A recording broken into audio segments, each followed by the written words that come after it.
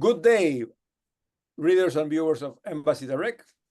Today again with another lady from the diplomatic corps in South Africa, celebrating Women's Month in South Africa as one unique event and compared to other countries.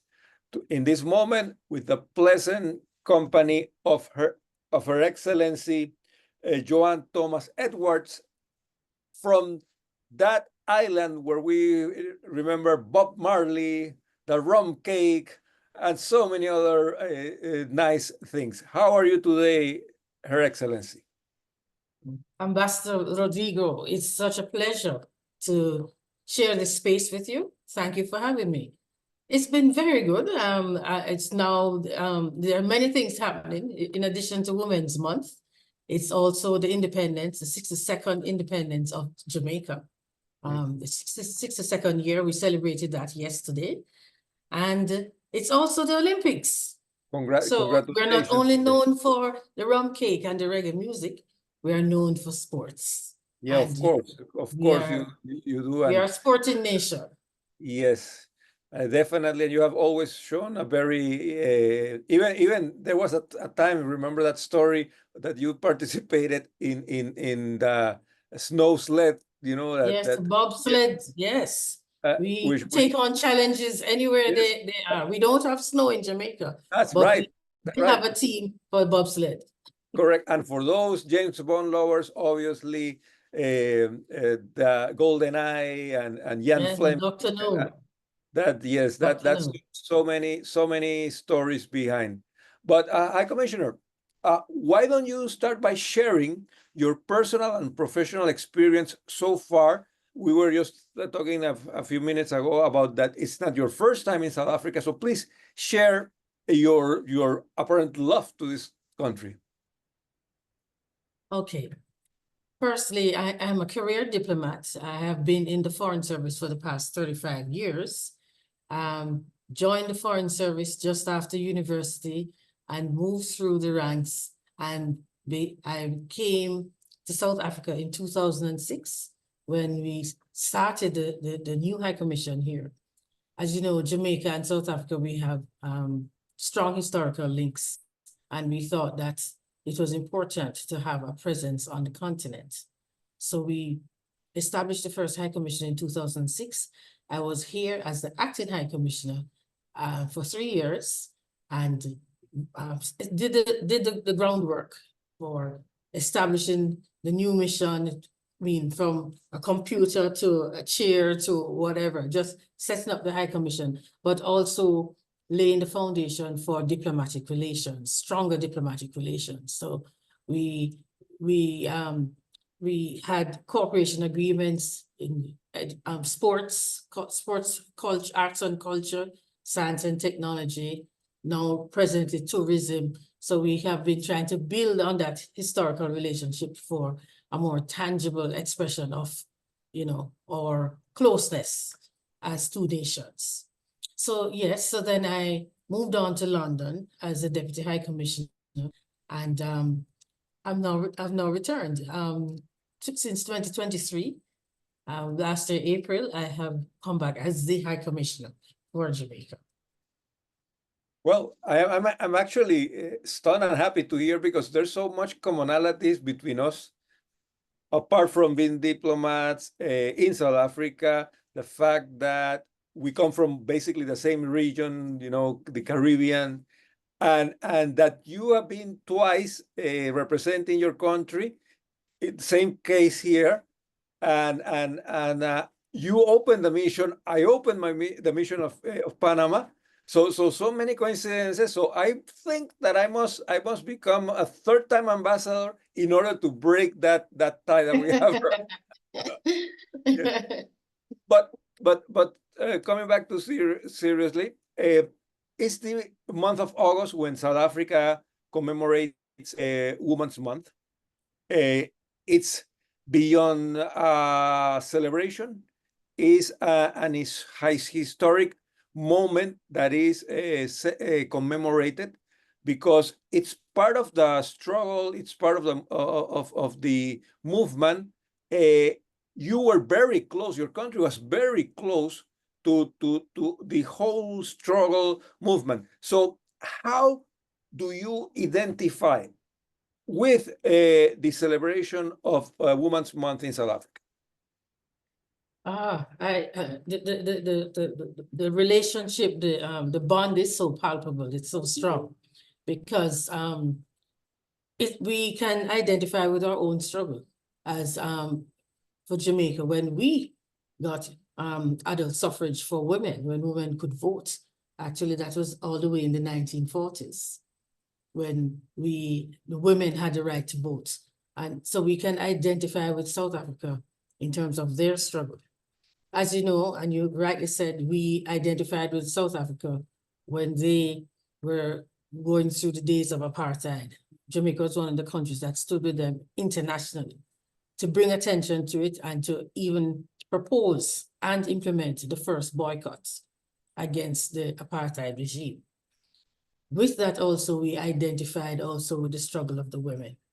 So I know the background to the 1956 events. And this is something that I can't say a commonality there. As I said, Jamaica, we had our own struggles too, because it has been a journey for women, especially professional women, to break that glass ceiling. And in terms of our struggle, we have been able to, we have seen over the last couple of decades, say 3 decades, where women have risen, have broken the glass ceiling. So you have women being ambassadors. This was sometime in the 1970s when we had our first female ambassador. It was not the norm, because as you know, diplomacy is a male-dominated field, traditionally. So we have had inroads in those areas. We have had, in terms of the political directorate, we have had successive policies of the government which encourage gender equality. And so we are reaping the benefits of that today. So this is something that we can share also with South Africa, or we can identify with South Africa in terms of having policies in place to encourage gender equality. So it's not something that came overnight. It's something that we had to build deliberately and consistently. So as I said, we have, the aim is to have 50-50 representation of gender equity in Parliament. We are not at 50-50, but we are getting close there. We had our first female prime minister in 2006. 2007 rather, and we have the 2006, and we have our first female foreign minister since 2016. I should tell you a phenomenon in our own foreign service. In our own foreign service, it's rather, now it is female-led. It is, when I joined the service many years ago, it was a male-dominated organization. Now we have a female minister, female permanent secretary. The senior management is mostly women. I think there are about 3 men in the executive now. So we have made a lot of strides. So I think we have a lot of lessons that we can share with South Africa, and also lessons that we can learn from South Africa as well. So I really applaud the government of South Africa for bringing attention to women on a specific month like this. In Jamaica, it's not in August. We have Women's Month in May. So it's a little different, but once again, we have commonalities and we share in the achievements. We're sharing the challenges as well. Very interesting. So my take on what you're saying, that your country in regards to diplomacy and women is avant-garde, very futuristic, if we could say that. So my next and last question would be, if instead of speaking to me right now, you're speaking to a girl, a young girl that is looking on her future, how would you introduce into her world, into her mind, the possibility of becoming a diplomat? what would be those words that you would share with her? Well, the first thing I would say to her, do not place limits on yourself. Do not see yourself as one who is always going to be the, more or less, see yourself as one who can be the CEO of a company. When you're, and this is something that you need to learn from high school or primary school coming up. Traditionally, you think of as your role as a woman, oh, you're just there to assist. Oh, I can only be a deputy. I cannot be at the top. So you need to remove kind of those blinkers from your eyes and from your thought process, from your psyche. You can do it. You can be in charge. There's nothing that says you can't be in charge.